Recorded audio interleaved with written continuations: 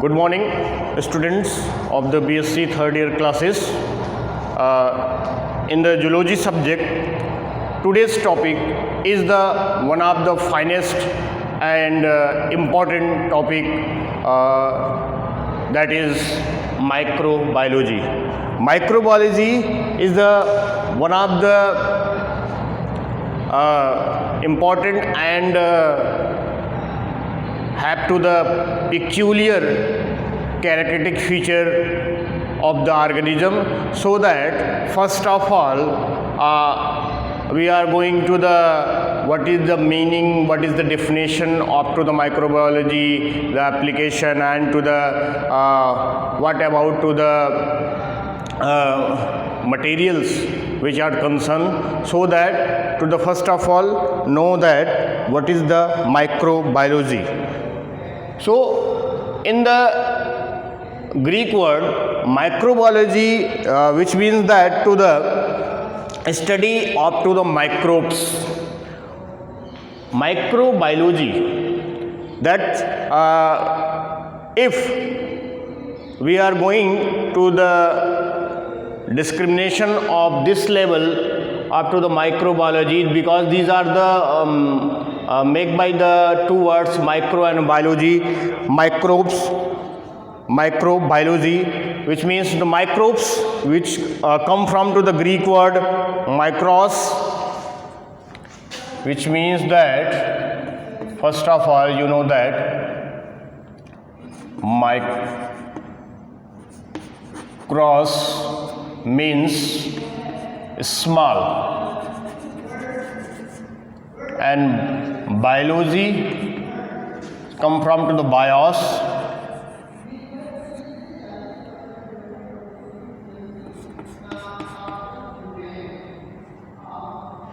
biology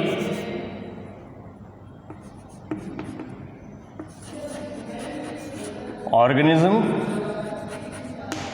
So meaning of to the microbiology is the study of to the small organism, small life. To the bios, particularly indicating to the life. So this is the small organism, the small life which is studied into the different discipline of the science, that is called to the microbiology. In this whole scenario, you can say that this is the very important for that to the study of to the very teeny animalcules or the very finest and to the microscopic organisms found. So micros in the Greek word is the small, and to the bios is the life. So that to the small study of to the small life, which means that in the microbiology, definition of the microbiology is that to the indirectly in the short word study of the study of microbes, study of the microbes, that is called to the microbiology in the short word, in the general word, but in the broad sense, that is the branch of science, branch of the particularly biology, in which to the study up to the structure, function, genetical constitution, evolution, and to the reproduction up to the microorganisms. So that is called to the microbiology. So for that to the conversation about to the small organisms, small microbes, which included to the bacteria, viruses, protozoans, fungus, parasites, all the entities on the individual which are concerned to the smallest, finest, and to the tiny molecules. So that this is the branch which is the important, as you can say, because this is the study up to the all the disease which concern to the microbes, that is the bacterial disease, viral disease, fungal disease, protozoans, disease of the protozoans, and to the, so that to the disease, this is the essential. After that, to the understanding about to the meaning of to the microbiology, that is the going into the definition. The microbiology is the branch of science, particularly biology, branch of biology in which to the structure, function, genetics, evolution, and to the kinds of the reproductions found in the microorganisms, so that to call to the microbiology. So that to the microbiology, which include to the unicellular, multicellular, or acellular organism. Unicellular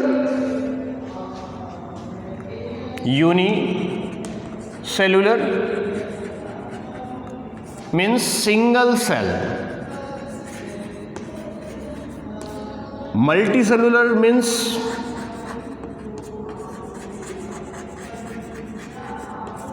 means colony, in the form of the cell colony.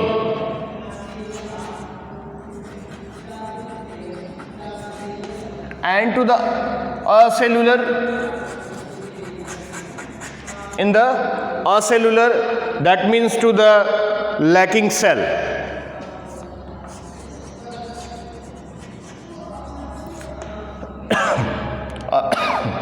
Acellular lacking cell. There are the three important things, you know, that the unicellular, multicellular, acellular. What is the regarding to the regarding microbiology? Unicellular, you are just have to the some of the confusions and to the frustrations for that, to the differentiation up to, you are commonly known that to the microbes which are concerned up to the microbiology is that to the bacteria, viruses only. But in here, into the broad sense, we are going into the better study and the convenient explanation of the microbiology, which included to the bacteria, fungus, protozoans, viruses, and all the things. So here to the three levels which are also explained to the unicellular single cell, that is the like to the bacteria and archaebacteria,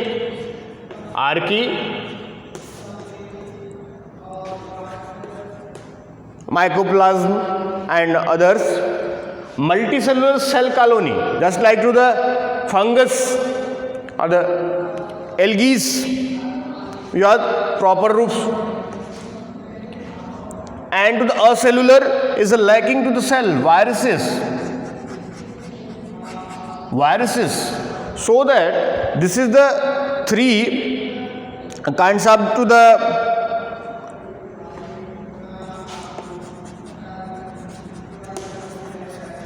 so there are the three things. First question is in your mind, are the multicellular organism which are placing into the microbes or not? My answer is that absolutely to the multicellular organism is placing into the microbiology discipline.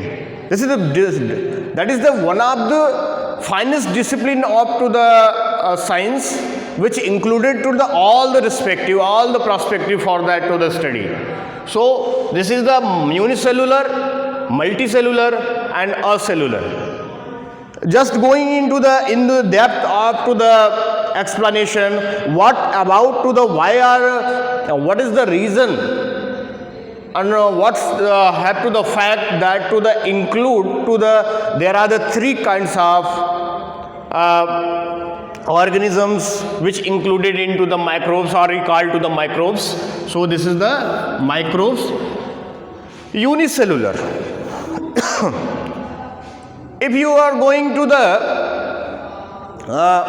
in the previous lectures we are just when about to the I was explained to the prokaryotes and the eukaryotic cells. Yeah, or you are study to the there are the two kinds of the entities are the unicellular and the multicellular, that is the prokaryotic cell and the eukaryotic cell. In the prokaryotic and the eukaryotic cell, that the bacteria which are placed on to the unicellular. Unicellular means to the prokaryotic cells. This is the prokaryotic cell. And the multicellular. First of all, you are just understand about to the what is the prokaryotic cell. Prokaryotic cell are those cell which have to the lacking of to the true nucleus, which means that to the incipient nucleus is found and only to the DNA molecules, and in the cytoplasm of the cell, so that is called to the nucleoid and to the or the genophores. So and to the huge differences in perspective for that to the eukaryotic cell. So the first of all, in the Greek word, what is the meaning of to the prokaryotic cell is this is a pro, which means that to the pro is the primitive. Primitive. And to the karyotic is means karyon means nucleus, but this nucleus is incipient nucleus. What is the meaning of the incipient nucleus? That is the not well developed, which means to the lacking of to the or limiting boundary or the nuclear membranes, nucleoplasm and to the nucleolus. So that is the incipient nucleus. And bacteria and the archaebacteria, mycoplasma, blue-green algae, which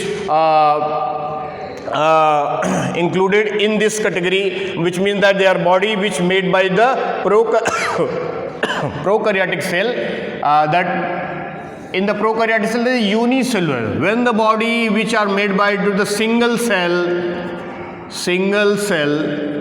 that is called to the prokaryotic. The bacteria is the best example for that to the explanation of to the prokaryotic cell.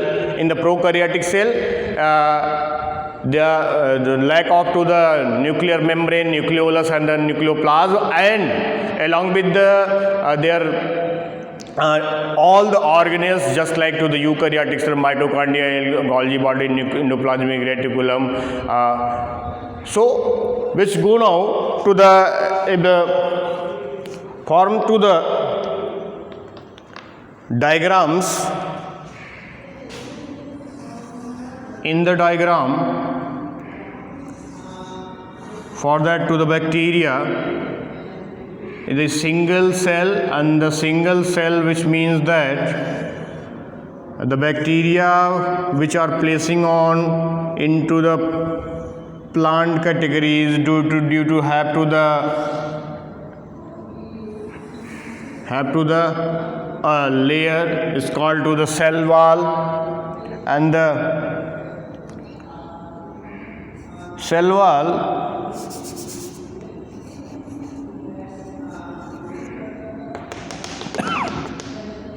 and these are like to the projections in the plasma membrane which are projecting, and 70S ribosomes are also found. If the bacteria is that to the have to the another protective layer. This is called to the capsule, so that this is the single cell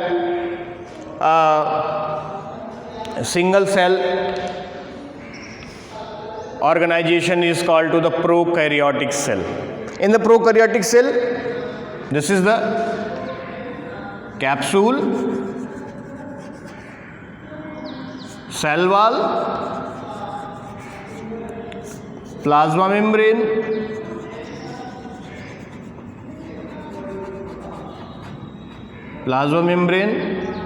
mesosomes. This is the bacterial identification. DNA is called to the nucleoid and genophore. For the try to understanding about to the 70S ribosomes, 70S type, cytoplasm. If the bacteria which have to the flagella, this is called to flagella. These are basal granules, basal bodies. Fat globules also present. If the 70S ribosome which contain to the polyribosome in the form, so that to the this is the primitive type. So the unicellular single cell is found into the bacteria. Multicellular organism is the fungus, the study up to the microbiology, parasitology.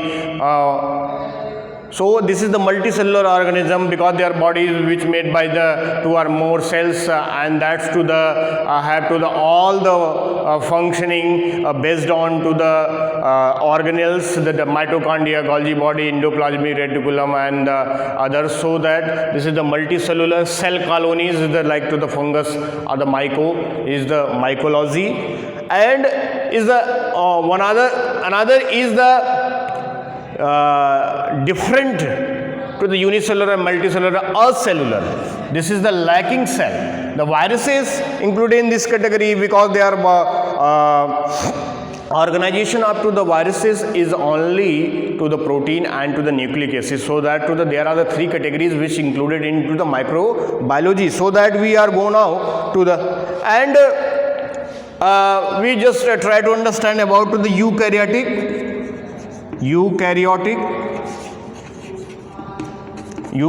cells. This means in the Greek word eu is the good or well, and the carry on once again to the nucleus, but this nucleus is the well developed nucleus, which means that to the there are the two kinds of the envelope system. First which found in this organization eukaryotic cells, their body is made by to the two or more cells, and have to the all the organelles which participate into the vital activities of the organism. So this is the difference between to the prokaryote and to eukaryotic cell. But and to the viruses is so this is the primitive type. What is the meaning? This is the primitive ones, and to the this is the good or the well, where all organized on the basis there are the organization on the basis of nucleus. That's why it's called to the prokaryote and eukaryotic animals. So I will go now to the their historical point of view, historical scenario and the perspective for that to the because that to the study up to the microorganism is the have to the golden age into the 19th centuries about to the end up to the 19th centuries because the 18 we just go now to the study of historical perspective up to the microbiology. तो आज के chapter में हम बात कर रहे हैं microbiology, जो फाइनेस्ट ब्रांच है, बहुत ही इम्पॉर्टेंट ब्रांच है, जो क्योंकि वो माइक्रोब से जुड़ा है, इसलिए यहाँ पे study of the microbe is called to the microbiology. तो ये ब्रांच है बायोलॉजी का, जिसके अंतर्गत जो है हम सूक्ष्म जीवों का अध्ययन कर रहे हैं। और उसका क्या मतलब है, माइक्रोन्स का मतलब मैंने स्मॉल बताया, और बायो उसका मतलब लाइफ होता है। तो वो स्मॉल जो ऑर्गेनिज्म के विषय में जिसके अंतर्गत हम पढ़ते हैं, उनके स्ट्रक्चर के बारे में, उनके फंक्शन के बारे में, उनके जेनेटिक्स के बारे में, उनके रिप्रोडक्शन के बारे में, ऑल अबाउट द प्रोस्पेक्टिव जब हम पढ़ते हैं तो उसको माइक्रोबायोलॉजी कहा जाता है। अब हम हिस्टोरिकल पॉइंट ऑफ व्यू, जैसा मैंने अभी चर्चा किया कि हिस्टोरिकल पॉइंट ऑफ व्यू पे चलते हैं, तो हिस्टोरिकल पॉइंट ऑफ व्यू में हम क्या देखेंगे, तो उसमें सबसे पहले first of all to the नाम आता है एंटोनी वॉन ल्यूवेनहॉक का। First is that Antonie von Leeuwenhoek.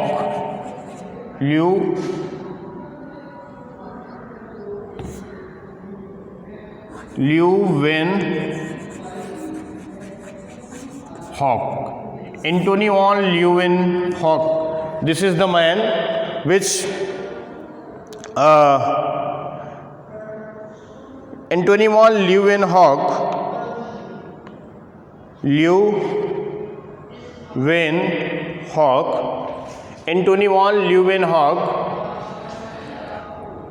ये फर्स्ट पर्सन हैं जिन्होंने जो है माइक्रोबायोलॉजी से जुड़ी चीज़ों को पर अध्ययन किया, या कहें कि Antonie von Leeuwenhoek is the first person which sought to the tiny animalcules. Tiny animalcules का मतलब होता है बहुत ही सूक्ष्म जो है वो सूक्ष्म जीव होते हैं, टाइनी एनी मॉलिक्यूल्स।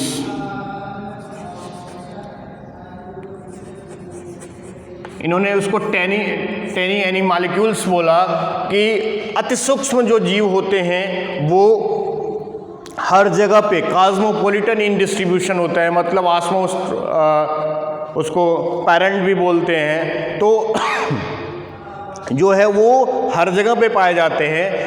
तो ऐसे जैसे जल है, सॉयल, वाटर है, सॉयल है, आपका जो है ह्यूमन बॉडीज़ है, या फिर यूँ कहें कि पैरासाइट के फॉर्म में। तो एंटोनी वॉन ल्यूवेनहॉक ने इसे टेनी यानी मॉलिक्यूल बोला कि हर जगह पे, यहाँ पे दांतों पे उन्होंने इसको खुरच के बताया कि ये जो है वहाँ पे पाए जाते हैं, बट इन्होंने इसका नाम नहीं दिया था। और इरेनबर्ग 1829 में इरेनबर्ग ने सबसे पहले इसको जीवाणु नाम दिया था,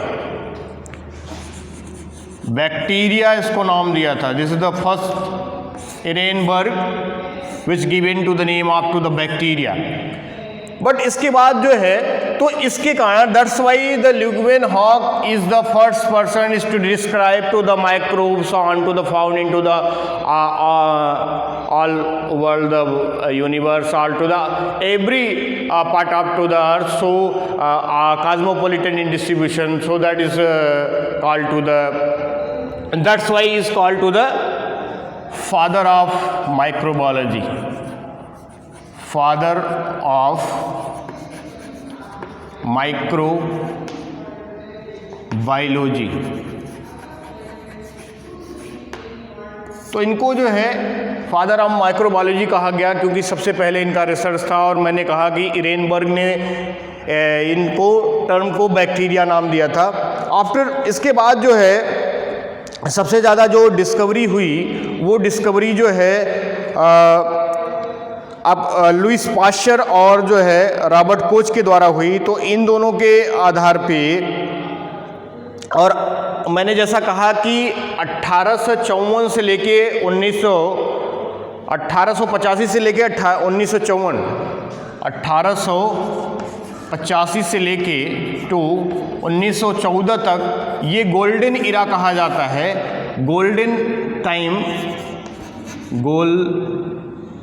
गोल्डन टाइम है माइक्रोब्स की स्टडी के लिए, स्टडी ऑफ द माइक्रोब्स के लिए। तो इसको बोला जाता है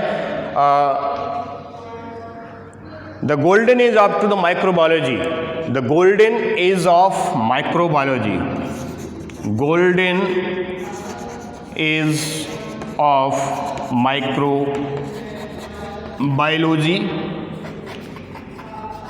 मतलब ये इतना टाइम जो था, ये इस टाइम को लेके करीब करीब 30 साल का जो समय था वो माइक्रोबायोलॉजी से रेफरेंस में स्टडी में गया है और वो सबसे ज़्यादा रिसर्च हुआ है। तो इसके बाद मैंने कहा कि एंटोनी वॉन ल्यूवेनहॉक के बाद जो है लुईस पास्चर के विषय में बात आती है। लुईस पास्चर जो थे उन्होंने, Lewis pasture, second is that Lewis pasture, this is a different name. Louis Pasteur, who is the person working on to the fermentation. तो इन्होंने फर्मेंटेशन प्रक्रिया को सबसे पहले बताया। फर्मेंटेशन प्रोसेस को बताया और ये फर्मेंटेशन प्रोसेस इन्होंने कहा कि ये बैक्टीरिया के द्वारा होता है। उसके बाद बहुत ढेर सारी जो डिजीज़ है, the several kinds of the disease which are found in the animals by the bacteria, so that's like to the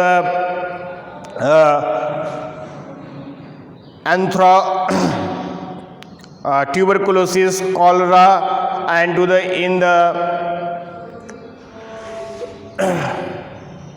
tuberculosis, TB,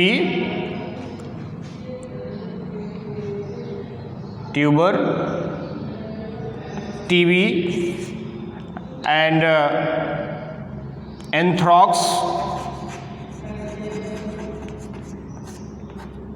ये जंतुओं में होने वाला है, ये ह्यूमन बींग्स में, और मैंने कहा हैज़ा जिसको आप बोलते हैं। तो ये सब जो रोगों की पहचान इन्होंने की, उसके आधार पे इन्होंने बहुत ढेर सारे डिजीज़ पर वर्क किया। इसके कारण इनको जो है फादर ऑफ बैक्टीरियोलॉजी बोला जाता है। That's why is called to the father of cholera, father of bacteriology, bacteriology बोला जाता है।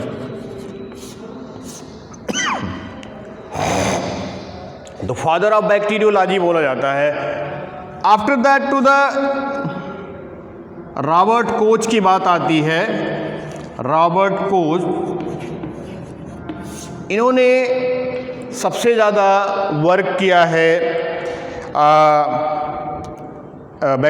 बैक्टीरियोलॉजी के रेफरेंस में। तो रॉबर्ट कोच ने सबसे ज़्यादा जो है वर्क किया और इसके आधार पे उन्होंने जो है इनको कहा जाता है father of modern bacteriology, father of modern bacteriology. मतलब आपको तीन चीज़ें विशेष मिली। देखिए, father of microbiology Antonie von Leeuwenhoek, father of bacteriology is called to the Louis Pasteur, and father of modern bacteriology is the Robert Koch. तो तीन genuine person जो हैं वो बिलोंग करते हैं माइक्रोब से के स्टडी से, और ख़ासकर जब बैक्टीरिया की बात आती है तो लुईस पास्चर और जो है रॉबर्ट कोच जो होते हैं, क्योंकि रॉबर्ट कोच ने बाद में चल के बहुत सारे जो है बैक्टीरिया से रिलेटेड चीज़ों पे अध्ययन किया और इसके आधार पे उनको जो है फादर ऑफ मॉडर्न बैक्टीरियोलॉजी बोला गया। तो इस कारण से जब ज़्यादा से ज़्यादा इन 30 सालों में जब अध्ययन करने का टाइम मिला तो इसके आधार पे वैज्ञानिकों ने सूक्ष्म जीवों के अध्ययन के लिए एक अलग ब्रांच बना दिया और उस ब्रांच को कहा जाता है माइक्रो बायोलॉजी बोला जाता है। तो इसलिए आप जो है ये समझ सकते हैं कि कहाँ से। इसके बाद बहुत सारे बहुत सारे जो वैज्ञानिकों ने इस पे वर्क किया और उसकी बातें की, तो इस आधार पे आप समझ सकते हैं कि क्या जो है यहाँ पे इसका क्या मतलब होता है। तो ये पर्सपेक्टिव था, ये हिस्टोरिकल पर्सपेक्टिव था। अब हम चलते हैं विशेषकर उसके तरफ, स्टडी की तरफ, और वहाँ पे बात करते हैं। अब हम बात करते हैं अपने टॉपिक से रिलेटेड जो चीज़ें हैं, आपके सिलेबस में जो चीज़ें आती हैं। तो माइक्रोबायोलॉजी के रेफरेंस में हम बैक्टीरियोलॉजी को पढ़ेंगे। बैक्टीरियोलॉजी, अब यहाँ पे study of the bacteria, study of the bacteria, bacteria की स्टडी करेंगे हम, जो कि आपके सिलेबस में भी है। तो study of the bacteria is called to the bacteriology, and that's you are recently you know that about to the father of bacteriology is the Louis Pasteur, because the was done to the a lot of the work in perspective of the bacteria and to their causing disease, so that fermentation process as well. So bacteriology, and father of modern bacteriology is called to the Robert Koch. So that first of all you know that about to the bacteria is the simple, primitive and microscopic. Bacteria, what is the bacteria? What is the first of all bacteria? What is the bacteria? First of all, bacteria is the simple, primitive, microscopic, prokaryotic organism, organism which are very small in size, because is the microscopic in nature, and there are the size is the in the micron, and that is the smallest. There are the length is the 2 to 5 micron, and to the some of the bacteria is the 60 micron to 60 micron, and the some of the also which given by the largest shape to 2 to 5 micron is the bacterial size, micron, but in the their length is that to the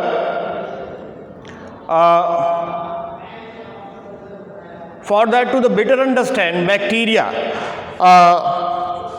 अब हम थोड़ा समझ लेते हैं bacteria के बारे में, जो हमारा टॉपिक है, अब उसको समझते हैं। Bacteria is the simple, primitive, microscopic prokaryotic organism which are found in the cosmopolitan in distribution, and to have to the into the in their size into the micron, so that ये simple, primitive और जो है microscopic और prokaryotic animals के अंतर्गत आता है। तो मैंने अभी आपको लेटेस्ट में जो है रिसेंटली मैंने यहाँ पे आपको मेंशन किया था कि जो बैक्टीरिया होता है वो प्रोकैरियोटिक सेल का सबसे बड़ा एग्जाम्पल माना जाता है। तो बैक्टीरिया जो है प्रोकैरियोटिक एनिमल है, क्योंकि इसकी जो बॉडी है वो सिंगल सेल से बनी है और इसमें वो सारी चीज़ें लैक करती हैं जो कि यूकैरियोटिक सेल में पाई जाती हैं। उसके बाद ये सिंपल है, क्योंकि माना जाता है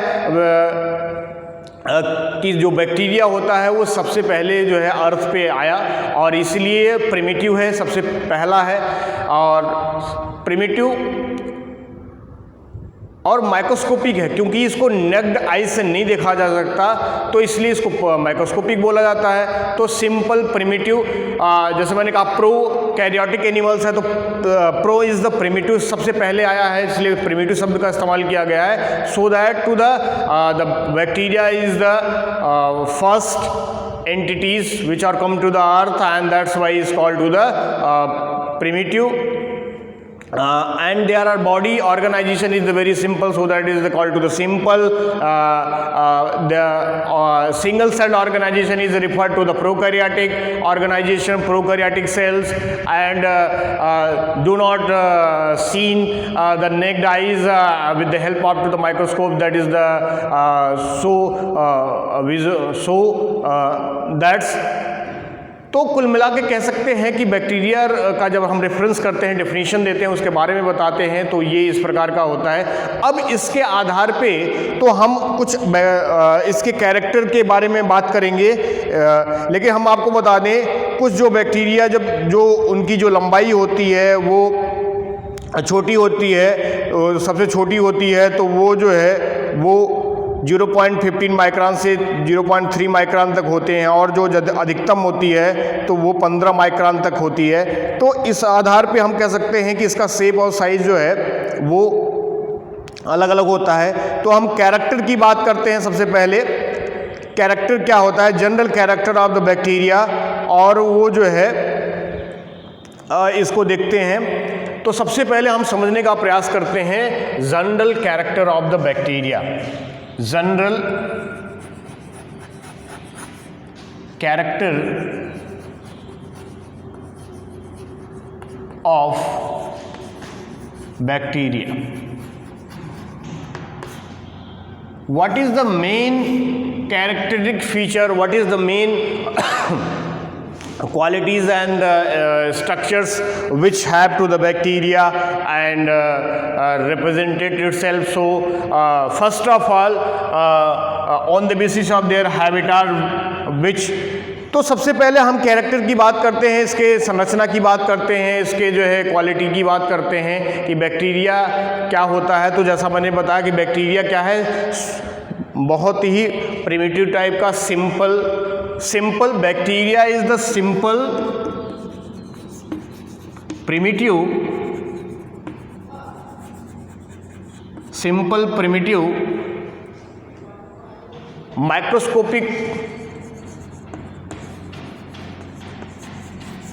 माइक्रोस्कोपिक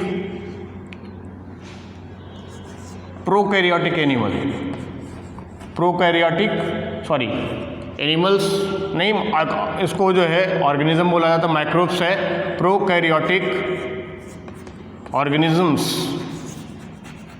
तो पहला कैरेक्टर ये आया, this is the very bacteria is the simple primitive microscopic and prokaryotic organism. Simple is the their on the behalf of their structure, their organisation is a very simple because they have to the incipient nucleus and to the plasma membrane, cell wall and mesosome. So their organization is not peculiar, not to the typical type. So this is called to the simple. Primitive, because primitive means primitive. ये सबसे साधारण होता है, सबसे पहला जो है entities होता है जो अर्थ पे पाया जाता है, उसके आधार पे इसको प्रिमिटिव बोला गया। इसको नेक्ड आइज से नहीं देख पाते, इसलिए इसको माइक्रोस्कोपिक। तो माइक्रोस्कोप के माध्यम से जब माइक्रोस्कोप की खोज हो गई उसके बाद जो है लुईस पास्चर ने इसको जो माइक्रोस्कोपिक ऑब्जर्वेशन के माध्यम से देखा, और ये प्रोकैरियोटिक ऑर्गेनिज्म है, क्योंकि ये इसका जो निर्माण हुआ है, that organisation of the body वो सिंगल सेल से है। तो वो सिंगल सेल से है, इसलिए सिंगल सेल्ड एनिमल्स होता है, तो इसलिए इसको प्रोकैरियोटिक होते हैं। और प्रोकैरियोटिक के बारे में आप जानते हैं कि वो इंसिपिएंट टाइप के न्यूक्लियस को कंटेन करते हैं। दूसरी चीज़ है, अब चलते हैं कि जो बैक्टीरिया होते हैं वो कहाँ कहाँ पाए जाते हैं। Where are the place of the bacteria in to the restricted place or to the worldwide or to the universal place. So that is the जो है बैक्टीरिया कॉस्मोपॉलिटन इन डिस्ट्रीब्यूशन होते हैं, कॉस्मोपॉलिटन इन डिस्ट्रीब्यूशन, कॉस्मोपॉलिटन इन distribution मतलब सर्वत्र पाए जाते हैं, हर जगह पे पाए जाने, सर्वव्यापी हिंदी में बोला जाता है। तो हर जगह पे पाए जाने वाले होंगे, वो चाहे वाटर हो, water, air, soil,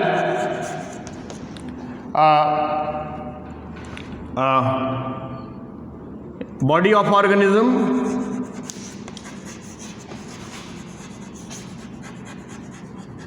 the plant and animals, plant animals, तो हर जगह पे पाए जाने वाले, यहाँ तक कि 80 डिग्री सेंटीग्रेड पर तक ये बैक्टीरिया होते हैं, about to the 80 degree centigrade वहाँ पर भी बैक्टीरिया सर्वाइव होते हैं। कुछ 80 डिग्री सेंटीग्रेड पे भी कुछ बैक्टीरिया पाए जाते हैं, जो कि तो आप कह सकते हैं एयर में भी पाए जाते हैं, सॉइल में भी पाए जाते हैं, वाटर में भी पाए जाते हैं। बॉडी ऑफ द ऑर्गेनिज्म का मतलब ये है कि बैक्टीरिया, जो बैक्टीरिया होता है वो एनिमल्स के अंदर, बॉडी के अंदर भी पाया जाता है पैरासाइट के फॉर्म में। मतलब क्या है कि वो हर जगह पाए जाते हैं, इसलिए इसको कॉस्मोपॉलिटन इन डिस्ट्रीब्यूशन बोला जाता है। और ये मैंने कहा कि ये 80 डिग्री सेंटीग्रेड तक पाए जा सकते हैं बर्फ और गर्म जल में। इसके बाद हम इसके बॉडी कॉन्स्टिट्यूशन की बात करते हैं। अब देखिए बैक्टीरिया जो होता है, अब हम अगर यहाँ पे बैक्टीरिया अगर सेल की बात करें तो सामान्यतः जो बैक्टीरिया होता है उसको प्लांट किंगडम में रखा जाता है। क्यों? Due to have to the cell wall. तो सेल वॉल के पाए जाने के आधार पे, due to the have to the cell wall, that is the bacteria which are placing into the plant kingdom, so that. तो यहाँ पे तीसरे स्टेप में हम बात करेंगे कि बैक्टीरिया जो होता है वो सेल वॉल को कंटेन करता है, इसमें सेल पाया जाता है। सेल वॉल प्लांट में भी पाया जाता है, प्लांट की जो कैटेगरी है और बैक्टीरिया में भी पाया जाता है, लेकिन इसके जो केमिकल कंपोजिशन होते हैं उसमें अंतर होता है। जो बैक्टीरिया का जो केमिकल कंपोजिशन होता है और जो प्लांट का केमिकल कंपोजिशन होता है in reference to the cell wall, वो अलग अलग होता है। हम यहाँ पे आपको बता देना चाहते हैं, I want to just explain here to the what is the difference in between to the composition of the cell wall in respect to the bacteria and to the plant. In the formation, in the cell wall up to the bacteria is formed to the peptidoglycans, but in the plants particularly is made by the cellulose. तो वहाँ पे cellulose से बनता है, यहाँ पे पेप्टाइडोग्लाइकेन्स से बनता है, म्यूकोपेप्टाइडेज होती है वहाँ उससे बनता है। तो इस प्रकार का ऑर्गेनाइजेशन होता है। तो मैंने कहा कि बैक्टीरिया में क्या होता है, सेल वॉल पाया जाता है, जिसके कारण इसको प्लांट की कैटेगरी में रखा गया है। और ये जो है सिंगल सेल्ड यहाँ पे सेल वॉल पाया जाता है, कोशिका भित्ति जिसको बोलते हैं। अब आगे चलते हैं, इसमें हम जब ऑर्गेनाइजेशन की बात करते हैं, आपको पता है हम एक जल्दी से रफली डायग्राम बना लेते हैं। तो इसके आधार पे जैसा भी हमने बनाया था, तो इस आधार पे बैक्टीरिया को हम रिप्रेजेंट करते हैं इस प्रकार से। तो बैक्टीरिया इस तरीके से यहाँ पे बहुत ही फाइन होता है। अगर यहाँ पे ये कोटेड है, सारी चीज़ों को हम क्लियर करते हैं क्या मतलब है। तो हम इसके कैरेक्टरिस्टिक फीचर पे जा रहे हैं, कैरेक्टरिस्टिक फीचर को पढ़ रहे हैं। अब हम इसके ऑर्गेनाइजेशन पे जाएंगे। तो ऑर्गेनाइजेशन में चूंकि क्या है, इसको ये क्या है, प्रोकैरियोटिक ऑर्गेनिज्म है। तो प्रोकैरियोटिक ऑर्गेनिज्म का मतलब होता है कि सिंपल टाइप का जो या फिर इंसिपिएंट टाइप का जो न्यूक्लियस होता है, उसके साथ में कोई ऑर्गेनेल्स नहीं होता। और ऑर्गेनेल्स नहीं होता तो ये क्या होता है, प्रोकैरियोटिक की कैटेगरी में आता है। तो यहाँ पे कह सकते हैं कि यहाँ पे जो बैक्टीरियल जो सेल है उसमें कोई भी ऑर्गेनेल्स नहीं होता, organelles do not found, organelles इसमें नहीं पाया जाता, नॉट फाउंड। और कैसे ऑर्गेनेल्स, माइटोकॉन्ड्रिया है, गोल्गी बॉडीज है, इंडोप्लाज्मिक रेटिकुलम है। यहाँ पे 70s राइबोसोम भी पाया जाता है, जबकि यूकैरियोटिक में 80s राइबोसोम पाया जाता है। इसी प्रकार से अलग अलग जो है फिजियोलॉजी में भी वर्किंग में भी क्या कहते हैं डिफरेंसेस होते हैं। तो इस आधार पे हम कह सकते हैं कि यहाँ पे ऑर्गेनेल्स नहीं पाया जाता। अगले चलते हैं। अब यहाँ पे हम बात करते हैं कि बेसिक चीज़ की कि किस आधार पे प्रोकैरियोट और eukaryote, why are to the differentiating into the prokaryotic और यूकैरियोटिक एनिमल ऑर्गेनिजम्स। तो यहाँ पे इंसिपिएंट टाइप का जो न्यूक्लियस पाया जाता है, इसमें न्यूक्लियर मेम्ब्रेन, न्यूक्लियोलस और न्यूक्लियोप्लाज्म नहीं पाया जाता, और जो डीएनए होता है वो विदाउट जो है हिस्टोन प्रोटीन के होता है, वहाँ पे प्रोटीन भी नहीं पाई जाती। तो इस प्रकार से which are suspended and in the cytoplasm, that is called to the, इसको क्या बोलते हैं, डायरेक्टली बोलते हैं न्यूक्लियोइड बोलते हैं। इसके रेफरेंस में न्यूक्लियोइड बोलते हैं, या फिर जीनोफोर भी बोलते हैं इसको, जीनोफोर। तो देखिए अब हम पांचवें पे चलते हैं। तो इससे, और ये क्या है, यहाँ पे जो डीएनए है वो हिंदी में तो इसको जो है क्या कहते हैं कि जो न्यूक्लिक मटेरियल होता है, जो डीएनए होता है, वो इंसिपिएंट न्यूक्लियस है, और ये क्या करते हैं, सर्कुलर डीएनए पाया जाता है इसमें। तो सर्कुलर डीएनए पाए जाने के कारण इस, या हिंदी में बोलते हैं वलयाकार। तो पहला तो हमने कहा कि ये इंसिपिएंट न्यूक्लियस को कंटेन करता है, न्यूक्लियस को कंटेन करेगा, और यहाँ पे क्या होगी, न्यूक्लियर मेम्ब्रेन नहीं होगी, न्यूक्लियर मेम्ब्रेन नहीं पाया जाएगी, न्यूक्लियोलस नहीं होगा, और क्या नहीं होगा, न्यूक्लियोप्लाज्म भी नहीं होगा, उसके साथ में हिस्टोन प्रोटीन भी नहीं पाई जाती। तो कुल मिला के पूरा का पूरा इंसिपिएंट न्यूक्लियस है, और मैंने कहा कि इसको क्या बोला जाता है, न्यूक्लियोइड और जीनोफोर बोलते हैं, वहाँ पे पाए जाने के आधार पे। फिर उसके बाद आगे बढ़ते हैं, तो वहाँ पे देखते हैं, ये तो रहा। अब जो है आगे चलते हैं, जो बैक्टीरिया, अब ये तो उसके स्ट्रक्चर पे हो गया, अब हम फिजियोलॉजी के आधार पे चलते हैं। अब जो बैक्टीरिया होता है वो न्यूट्रिशन करता है, तो बैक्टीरिया में भी न्यूट्रिशन अलग अलग प्रकार के होते हैं। अब ये फोटोसिंथेटिक बैक्टीरिया भी होते हैं, कीमोसिंथेटिक बैक्टीरिया होते हैं, पैरासिटिक बैक्टीरिया होते हैं, सैप्रोफिटिक बैक्टीरिया होते हैं, सिम्बियोटिक बैक्टीरिया होते हैं। मतलब the group of the bacteria which concern up to the nutrition, so that to the nutrition which are found to the bacteria which different ways, that's like to the phototropic, chemotropic, saprophytic, symbiotic, parasitic. तो अलग अलग mod of the nutrition है bacteria के, और ये mod of the nutrition उनके habitat के ऊपर निर्भर करता है। तो जैसे प्लांट जो होता है वो फोटोसिंथेटिक पिगमेंट को कंटेन करके फोटोसिंथेटिक प्रोसेसेस में अपने भोजन को का निर्माण करता है, फूड का निर्माण करता है, which are form manufacturing to the food material due to the presence of to the chlorophyll pigment and which are striking to the radiant energy and converted into the chemical energy in the process of the photosynthesis. Photosynthesis is the broad processing in which containing to the photosystem first and photosystem second, so that to the just like to the plant which are performing the photosynthesis, so that to the bacteria is also photosynthetic bacteria, but these are the have to the like a chlorophyll pigment, just like to the bacteriochlorophyll, bacterioviridin, chlorobacterio, मतलब कुछ प्रकार के हम आपको नाम लिख देते हैं। जो जैसे हमने कहा कि ये बैक्टीरिया क्या है, यहाँ पे न्यूट्रिशन करेगा, तो न्यूट्रिशन जो मॉड होता है वो अलग अलग होता है, और अलग अलग होने का कारण क्या है, वो अलग अलग तरीके से वहाँ बैक्टीरिया होते हैं। तो मैंने कहा कुछ फोटोसिंथेटिक बैक्टीरिया होते हैं, फोटोसिंथेटिक होते हैं, कुछ कीमोसिंथेटिक होते हैं, कुछ पैरासाइटिक होते हैं, कुछ सैप्रोफिटिक होते हैं, और कुछ सिम्बियोटिक होते हैं। ये ग्रुप ऑफ द बैक्टीरियाज हैं जो कि अब जैसे कि फोटोसिंथेटिक बैक्टीरिया होगा तो सन के लाइट से अपने भोजन को प्राप्त करता होगा, तो उस प्रकार के पिगमेंट होने चाहिए जैसे प्लांट में पाया जाता है। तो हमने कहा कि जैसे बैक्टीरियोक्लोरोफिल, बैक्टीरियोक्लोरोफिल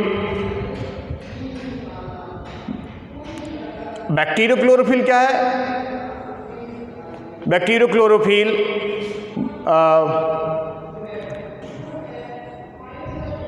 ये पिगमेंट्स हैं जो कि स्ट्राइक करते हैं बैक्टीरिया को, न्यूट्रिशन मॉड में हेल्प करते हैं और वहाँ पे न्यूट्रिशन प्रोसेस को करवाते हैं इस आधार पे। तो जो बैक्टीरिया हैं ये सब जो है क्या करेंगे,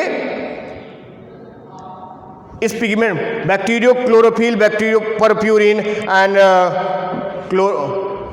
तो इस प्रकार से बैक्टीरिया जो होते हैं, बैक्टीरियोक्लोरोफिल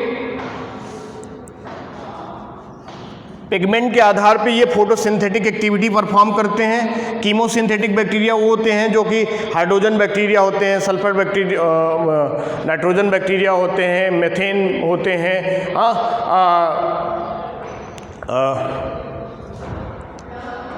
नाइट्रोजन, हाइड्रोजन, मेथेन।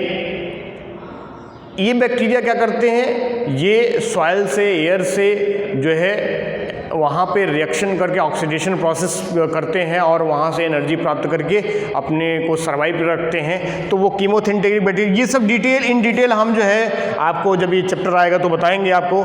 फिर पैरासिटिक मॉड में कि बैक्टीरिया जो है एक्सोपैरासाइट या इंडोपैरासाइट, तो खासकर ये जो है इंडोपैरासाइट फॉर्म में पाए जाते हैं, जो है वहाँ से ऑर्गेनिज्म से जो है अपने भोजन को प्राप्त करते हैं। ये हार्मफुल होते हैं। कुछ सेप्रोफिटिक बैक्टीरिया होते हैं, डेथ एंड डी के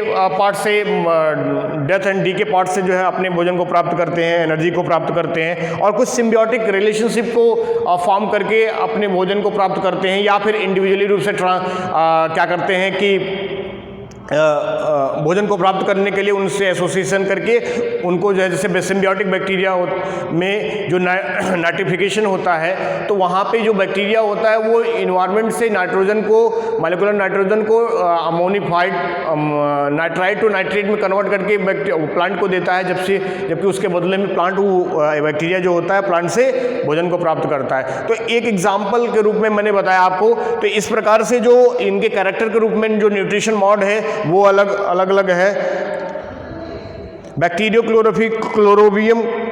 क्लोरोफिल, बैक्टीरियोविरिडिन, परफ्यूरिन, इस प्रकार के पिगमेंट्स होते हैं। तो यहाँ पे ये मॉड ऑफ द न्यूट्रिशन था। अब हम आगे चलते हैं। बैक्टीरिया जो होते हैं इसमें 70S राइबोसोम पाया जाता है। 70S टाइप का राइबोसोम पाया जाता है। ये एस का मतलब स्वेटबर्ग यूनिट होता है, और 70S चूँकि क्या है, प्रोकैरियोट में 70S और उसमें 80S राइबोसोम पाया जाता है। ये यूकैरियोट और प्रोकैरियोट का डिफरेंशिएशन है। और इसमें भी जब आप जाएंगे तो फिर से सब यूनिट्स होते हैं, जैसे 70S को 30 और 50S मिलके बनाते हैं, जबकि 80S में जो होता है वो पाया जाता है क्या 40S 60S। उसके बाद उसमें भी mRNA और प्रोटीन्स होती हैं। जब तो इस प्रकार से इसमें 70S टाइप के जो है राइबोसोम होते हैं, जो कि प्रोटीन की सिंथेसिस के लिए जिम्मेदार होते हैं। उसके आधार पे जो देखिए मीजोसोम्स पाइए, इस प्रकार की जो संरचना होती है इसमें मीजोसोम्स होते हैं। ये माना जाता है कि ये जो यूकैरियोटिक सेल में माइटोकॉन्ड्रिया का वर्क होता है वही यहाँ पे इसका वर्क होता है। मतलब just to the like to the functioning up to the mitochondria into the eukaryotic cell, that is the mesosome which are performing into the respiration processes, so that we are go to into the next। अब यहाँ पे जो है bacteria, अब हम अगले चलते हैं 9th की तरफ। अब हम इससे रिप्रोडक्शन की तरफ चलते हैं। तो बैक्टीरिया जो है रिप्रोडक्शन कैसे करते हैं, and mode of the reproduction.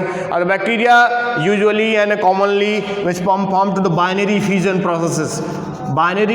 Processes and that's to the multiplicate. तो बाइनरी फ्यूजन प्रोसेस से अपने आप को मल्टीप्लिकेट करके बहुत सारे नंबर्स बढ़ाते हैं। बैक्टीरिया इस प्रकार से ग्रो करते हैं, लगातार संख्या में बढ़ते चले जाते हैं, और इस आधार पे। और ये क्या है, ये बैक्टीरिया में भी अलग अलग जो है रिप्रोडक्शन मैकेनिज्म होता है असेक्सुअल अनसेक्सुअल, तो ये असेक्सुअल मैकेनिज्म के अंतर्गत आता है। इसके बाद जो है ये इसमें जो है इनसे